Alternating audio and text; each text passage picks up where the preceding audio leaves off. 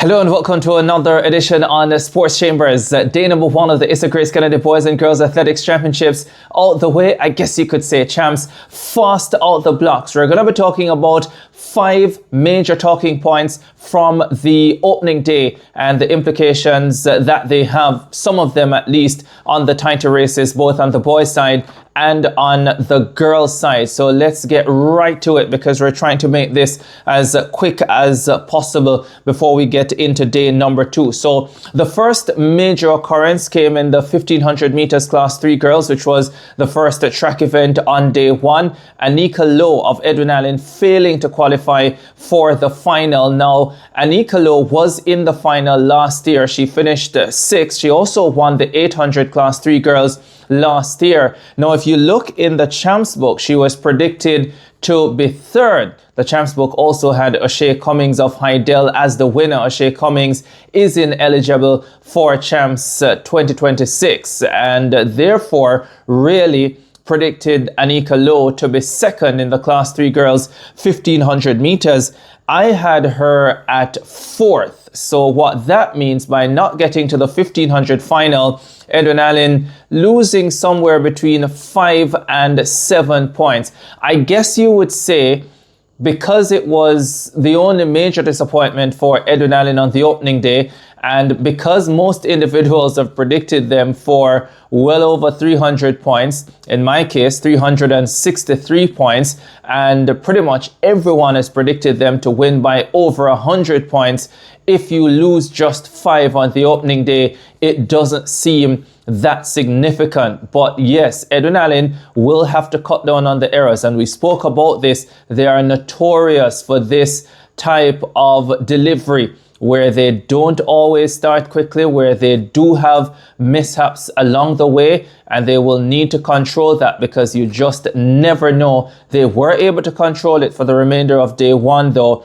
and that is a very good thing for them. So that's the first thing that jumped out. No Anika Lowe in the 1500 class 3 girls final. She will have the 800 meters to come though, so maybe she will make up because she's predicted pretty highly in the 800 meters as well. So that is at number 5. How about what's at number 4? The Kingston College jumpers. And I would say in this area, Kingston College lost quite a bit. And we're talking about the long jump because we had qualifying in both the class 2 and class 1 boys events on day number 1. I will start with the class 1 boys, where Omarion Miller did not make the final. Last year, Omarion finished 4th in class 2, but he, coming into champs, he was ranked number 2, 730 corporate area champion. Only the defending champion, Michael Andre Edwards of Jamaica College, had jumped further than him. And so at worst, well, at least in my book, he was expected to be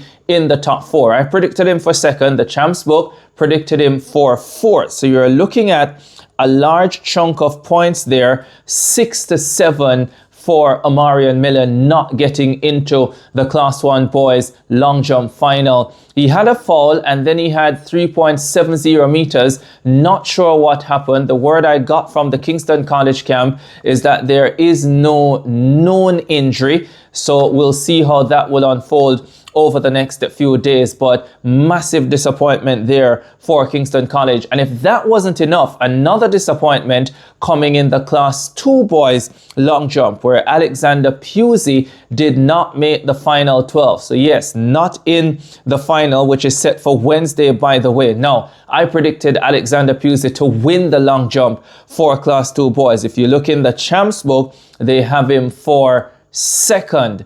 So Kingston College losing there somewhere between 7 and 9 points. And remember, with the field events, like with the 1500 meters, 12 advance to the final. Only 8 are guaranteed to score. So although they have 1 jumper in class 1, 1 long jumper in class 2 in the final, there is no guarantee they will actually score come day number 2 because only the final 8. So you're looking there from just the long jump classes 1 and 2 alone, somewhere between 9 and 7, 16 points. That's a lot of points to drop on the opening day. So not the greatest start for Kingston College. And when I looked around, maybe with the exception of the, well, I can't really think of an event where I would say they picked up points where they were not expected to, at least not on day number one. But we'll get a much better picture of whether they are actually picking up points elsewhere on day number two when we have the 100 finals, and we'll see how the 1500s go as well. But I think that was pretty significant on day number one of champs. And yes, Jamaica College are expected to be the closest rivals to Kingston College. That's where the battle is on the boys' side. There's no doubt about it. JC had a close shave in the Class 1 boys 1500 meters. Carlos Bryson Keynes eased at the line, the former Calabar man from St. Martin, and almost got caught. Luckily for him, he realized what was going on and barely made it in time, got into the final by 3/100ths of a second. But O'Neill Lawrence in the Class 2 boys 400 hurdles was not so lucky, had issues from the first hurdle all the way to the last, ran out of his lane at the top of the straight, and then ran into the final hurdle. He finished the race, but of course you have to clear the barrier or else that is automatic disqualification. Now, O'Neill Lawrence, second fastest this season over 400 hurdles. Only Jaden Campbell of Excelsior has gone faster. And so what that means, that's 7 points right there. He was the overwhelming favorite for the silver medal, and now he's out. 7 big points. By the way, he also won the Carifta Trials under 17 events. So it's not as if he came into champs out of form. He came in excellent form. So that is a massive blow. The only good thing for Jamaica College with this is that Lawrence has not been predicted by anybody, from what I have seen, to score in the 400 meters. He is still in that event, and so there is an opportunity on day number 2 when the 400 semis come up. If he gets into the final, I guess you can say he would have made up in a way, because he's not going to be second in the 400 meters. I don't see that happening, but at least he would have pulled back some of those points lost from the 400 hurdles. But yes, the biggest disappointment, I would say, on the opening day for Jamaica College. So that's at number 3. Let's drop to number 2 then and talk about Jamal Stevenson of Calabar. Tough on the young man. Remember what happened last year. He was in great form, got through to the Class 1 100 final, was retroactively disqualified, not allowed to compete in the final, and although he was reinstated, the race had already been contested, and so he was not allowed to compete, and then went on to win the Carifta Games, and we know the whole story. Coming into this season, he had a very good start. He won the corporate area title 10.36, but then stopped at the Carifta Trials in the heats. My information coming into champs was that he was okay, but clearly he wasn't, and didn't complete his first round race. This is not now about the championship battle. This is about a supremely talented young man who for a second consecutive year has suffered a massive disappointment at the biggest high school showpiece in the world, as far as I'm concerned. So really, really disappointing for Jamal Stevenson of Calabar. Hopefully the injury is not too serious. This is a world under 20 year, so hopefully he can get healthy, prepare for the world under 20 championships, and make the Jamaica team in the summer. He has that now, and I suspect that will fully be his focus. He's not part of the Carifta team. I suspect his chance is over based on what we saw. No way I think he's going to return for the 4x100, which is, I think, the only other event that he was down to contest. So massive disappointment there for the young man, and I have that as number 2 on the significant occurrences on day 1. And number 1, we're ending on a positive note tonight. It's the 100 meters and the level of quality that we saw in the heats, especially in the Class 1 boys 100 meters. Now, 11 athletes, a few things happened here. 11 athletes, which has to be some sort of a record, went under 10.40 in the first round. I mean, you think about the 100 meters, and if you're running under 10.40 10.40, you are in medal territory. Just 2 years ago, 10.39 was winning you a silver medal. So just let that sink in. And you had 11 boys in the class 100 going under 10.40 seconds. Quite significant. Maybe even more significant is that we had the fastest first round performance ever, coming from Romario Finnegan of Edwin Allen, 10.18. How many of you have even heard about Romario Finnegan? Of course, he's been around, but not to the point where I think coming into champs, anybody was thinking, well, this guy is a medal contender. Okay, maybe you're thinking he could squeeze into the final based on his performances last year. Not based on his performances this year. Coming into champs, his season's best was 10.76, although that was done at the very first meet of the season at the Pure Water JC meet. But nothing spectacular for you to say that you are expecting even a 10.2 or a 10.3, much less a 10.18 in the first round. It was a splendid performance. He looked to me, though, as if he went all out, so I'm not sure how much he will have in store for the semifinals and the final if he gets there.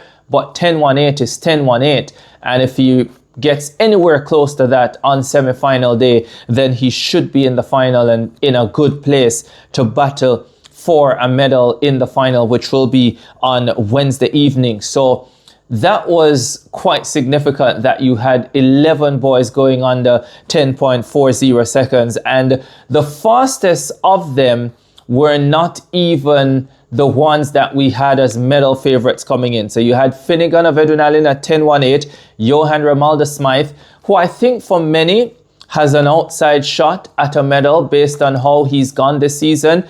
I personally think it's the best I've seen him since he won Champs 200 in Class 2. He's really looked good this season. Technically, he's better. His form has improved significantly, in my opinion, as well. But he's been well beaten whenever he's come up against the best sprinters this season, most notably at Western Champs, where he lost to Sanjay Seymour of William Knibb at both 100 and 200, and then at the Carifta Trials, where again he was left in mid-pack. So because of that, I think coming in, not many individuals were thinking, okay, Johan Ramalda Smythe is going to be in the medals, but he really looked good at 10.24. Then a second Edwin Allen man, Austin, at 10.27, wind assisted 2.7, and Malik Nugent of Excelsior 10.27, wind assisted as well 2.1. But Malik Nugent, don't forget, is a 10.27 man. That's his personal best from 2025, so it shouldn't be the biggest shock, although he hasn't always looked great this season. But again, David Riley is very good at getting his best athletes to peak when it matters, and that's what we saw in qualifying from Malik Nugent. The semifinals are going to be extremely tough. By the way, of the 11 performances on the 10.40, 8 of them were wind legal. Only 3 of them were wind assisted. So again, let that sink in. Really, really high quality. And then we have the likes of Raquel Reed, Sanjay Seymour, Nyrone Wade of Kingston College. That was the top 3 from the Carifta Trials under 20. So we are set for a cracker of an event in the Class 1 boys 100 meters. The question now, can they repeat? From time to time, you will see in the 100, and I think at every level as well, including at global events, athletes going really fast in the opening round and then are unable to repeat in the semifinals and the final sometimes. And I think part of that can be the tension of the moment. So right away you realize that everybody is running fast, and that creates extra tension because now you go to the line knowing this isn't easy qualification to the final. You can't get it wrong. You have to get it right. That puts extra pressure, and sometimes because of that you don't get the fastest times. Conditions change as well, and I think conditions seem pretty close to perfect for sprinting when the heats were contested on day 1. So let's see what it will be like on day 2. The semi-final races start at 4 o'clock. It is likely to be windy around that time. By the time the class 1 boys get up for their semi-finals, the wind might be shifting around. You're never really 100% sure what you get at that time of day around that 6 o'clock period. So it's going to be quite interesting to see how that plays out on day number 2. Yeah, so those are my main takeaways from day number 1 of the Issa Grace Kennedy Boys and Girls Athletics Championships.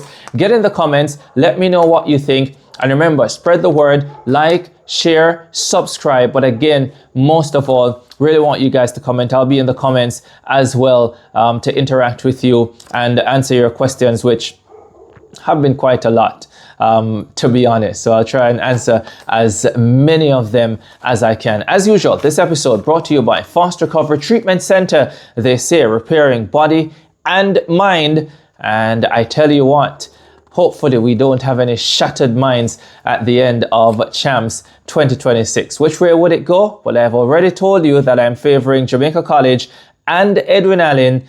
And there are many of you who think differently, but we have day 1 out the way. Let's see how the next 4 days will go. Thanks for watching. See you tomorrow.